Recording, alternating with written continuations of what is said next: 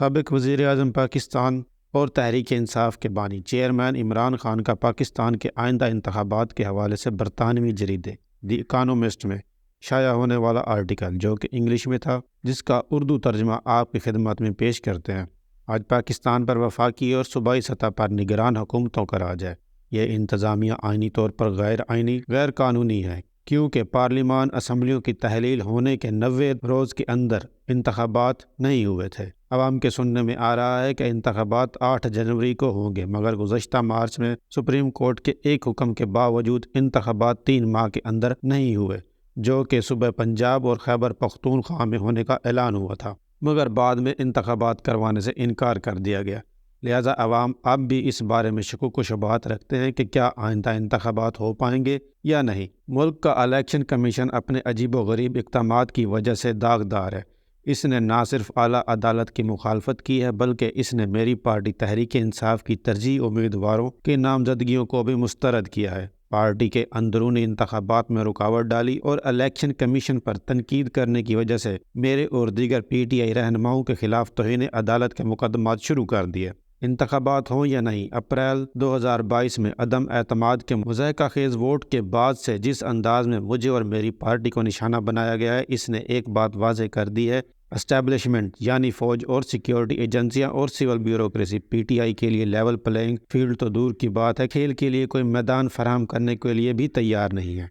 بہرحال یہی وہ اسٹیبلشمنٹ تھی جس نے امریکہ کے دباؤ میں آ کر حکومت سے ہماری برطرفی کو انجینئر کیا، جو ایک آزاد خارجہ پالیسی کے لیے میرے مسلسل اصرار اور امریکہ کی مسلح افواج کے لیے اڈے فراہم کرنے سے انکاری سے مشتعل ہے۔ میں واضح تھا کہ ہم سب کے دوست ہوں گے، لیکن جنگوں کے لیے ہم کسی کے لیے پراکسی کے طور پر استعمال نہیں ہوں گے۔ میرا یہ فیصلہ بغیر سوچے سمجھے نہیں تھا۔ اس فیصلے کی بنیاد پاکستان کو دہشت گردی کے خلاف امریکہ کی جنگ میں ہونے والے بھاری نقصانات میں کم از کم 80,000 پاکستانی جانیں اس جنگ میں ضائع ہوئی۔ مارچ 2022 میں امریکہ کے محکمہ خارجہ کے ایک اہلکار نے واشنگٹن ڈی سی میں پاکستان کے اس وقت کے سفیر سے ملاقات کی۔ اس ملاقات کے بعد سفیر نے میری حکومت کو ایک سائفر پیغام بھیجا۔ میں نے بعد میں اس پیغام کو اس وقت کے وزیر خارجہ شاہ محمود قریشی کے ذریعے دیکھا، بعد میں اسے کابینہ میں پڑھ کر بھی سنایا۔ سائفر پیغام میں کہا گیا: عدم اعتماد کے ووٹ کے ذریعے عمران خان کی وزارت عظمیٰ کو قابو کریں، ورنہ چند ہفتوں کے اندر اندر ہماری حکومت کا تختہ الٹ دیا گیا۔ میں نے دریافت کیا کہ یہ پاکستان کے chief of army staff general Qamar Javed Bajwa نے سیکیورٹی ایجنسیوں کے ذریعے کیا تھا، جو ہمارے اتحادیوں اور پارلیمان بیک بینچرز کو کئی مہینے سے ہمارے خلاف کرنے کے لیے کام کر رہے تھے۔ حکومت کی اس تبدیلی کے خلاف احتجاج کرنے کے لیے لوگ سڑکوں پر نکل آئے اور اگلے چند مہینوں میں پی ٹی آئی نے 37 میں سے 28 ضمنی انتخابات میں کامیابی حاصل کی اور ملک بھر میں زبردست ریلیاں نکالی، جو ایک واضح پیغام تھا کہ عوام کس جانب کھڑے ہیں۔ ان ریلیوں میں خواتین کی غیر معمولی شرکت نے سب کو متوجہ کیا، جس کے بارے میں ہمیں یقین ہے کہ پاکستان کی تاریخ میں یہ بے مثال تھا۔ اس امر نے ان ارباب اختیار کو بے چین کر دیا جنہوں نے ہماری حکومت کو ہٹانے کا کام شروع کیا تھا۔ ان کی گھبراہٹ میں اضافہ تب ہوا جب ہماری جگہ لینے والی حکومت نے معیشت کو تباہ کر دیا، جس نے 18 ماہ کے اندر اندر کرنسی کی قدر میں شدید کمی واقع ہوئی۔ اس کے برعکس سب کے لیے واضح تھا، پی ٹی آئی حکومت نے نہ صرف پاکستان کو دیوالیہ ہونے سے بچایا، بلکہ کووڈ-19 وبائی مرض سے نمٹنے کے لیے بین الاقوامی سطح پر تعریف بھی حاصل کی تھی۔ اس کے علاوہ اجناس کی قیمتوں میں اضافے کے باوجود ہم معیشت کو 2021 میں 5.8% اور 2022 میں 6.1% کی حقیقی جی ڈی پی کی نمو کی طرف لے گئے۔ بدقسمتی سے اسٹیبلشمنٹ نے فیصلہ کیا تھا کہ مجھے اقتدار میں واپس آنے کی اجازت نہیں دی جا سکتی، اس لیے مجھے سیاسی منظرنامے سے ہٹانے کے لیے تمام ذرائع استعمال کیے گئے۔ میری زندگی پر 2 قاتلانہ حملے ہوئے۔ میری پارٹی کے رہنماؤں، کارکنوں، سوشل میڈیا کارکنوں، معاون صحافیوں کے ساتھ اغوا، قید، تشدد سب کچھ ہوا اور انہیں پی ٹی آئی چھوڑنے کے لیے دباؤ ڈالا گیا۔ ان میں سے بہت سے لوگ قید ہیں۔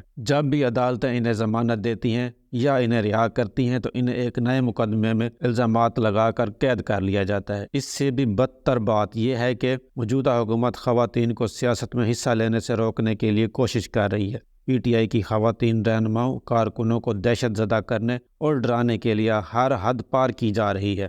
مجھے تقریباً 200 قانونی مقدمات کا سامنا ہے۔ اور ایک کھلی عدالت میں عام مقدمے کی سماعت سے انکار کر دیا گیا ہے۔ 9 مئی 2023 کو ایک فالس فلیگ آپریشن میں دیگر چیزوں کے علاوہ فوجی تنصیبات پر آتش زدگی کا جھوٹا الزام پی ٹی آئی پر لگایا گیا، جس کے بعد 48 گھنٹوں کے اندر کئی گرفتاریاں کی گئی، اغوا ہوئے، مجرمانہ الزامات عائد کیے گئے۔ ان سب کی رفتار سے ظاہر ہوا کہ یہ سب کچھ پہلے سے منصوبہ بند تھا۔ اس کے بعد ہمارے بہت سے رہنماؤں کو تشدد کا نشانہ بنایا گیا، ان کے اہل خانہ سے پریس کانفرنسیں کروائی گئی، انجینئر کیے گئے ٹیلی ویژن انٹرویوز چلائے گئے تاکہ یہ بتایا جا سکے کہ وہ پارٹی چھوڑ رہے ہیں۔ کچھ کو دوسری نہیں بننے والی سیاسی جماعتوں میں شامل ہونے پر مجبور کیا گیا، دوسروں پر دباؤ میرے خلاف جھوٹی گواہی دینے کے لیے ڈالا گیا۔ ان سب کے باوجود پی ٹی آئی آج بھی ایک مقبول ترین جماعت ہے۔ دسمبر میں منعقد ہونے والے پیٹن کولیشن پول میں 66% حمایت کے ساتھ ہم سب سے آگے ہیں۔ میری ذاتی مقبولیت اور بھی زیادہ ہے۔ اب الیکشن کمیشن پارٹی کو الیکشن لڑنے کے حق سے انکار کرنے کے لیے ہر طرح کی غیر قانونی چالیں چل رہا ہے۔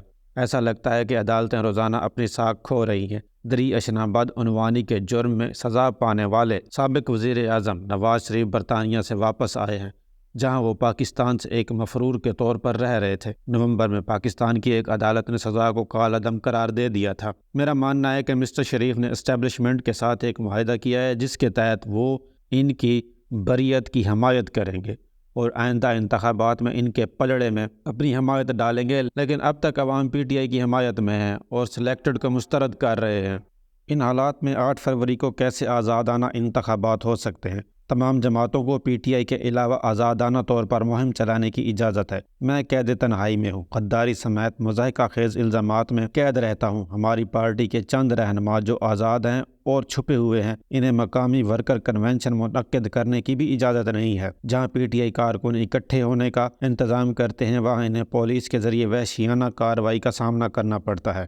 اس منظر نامے میں اگر انتخابات ہوئے بھی تو وہ ایک تباہی اور مذاق ہوں گے، کیونکہ پی ٹی آئی کو انتخابی مہم کے بنیادی حق سے بھی محروم رکھا گیا ہے۔ الیکشن کا ایسا مذاق مزید سیاسی عدم استحکام کا باعث بنے گا۔ اس کے نتیجے میں پہلے سے ہی غیر مستحکم معاشیت مزید خراب ہوگی۔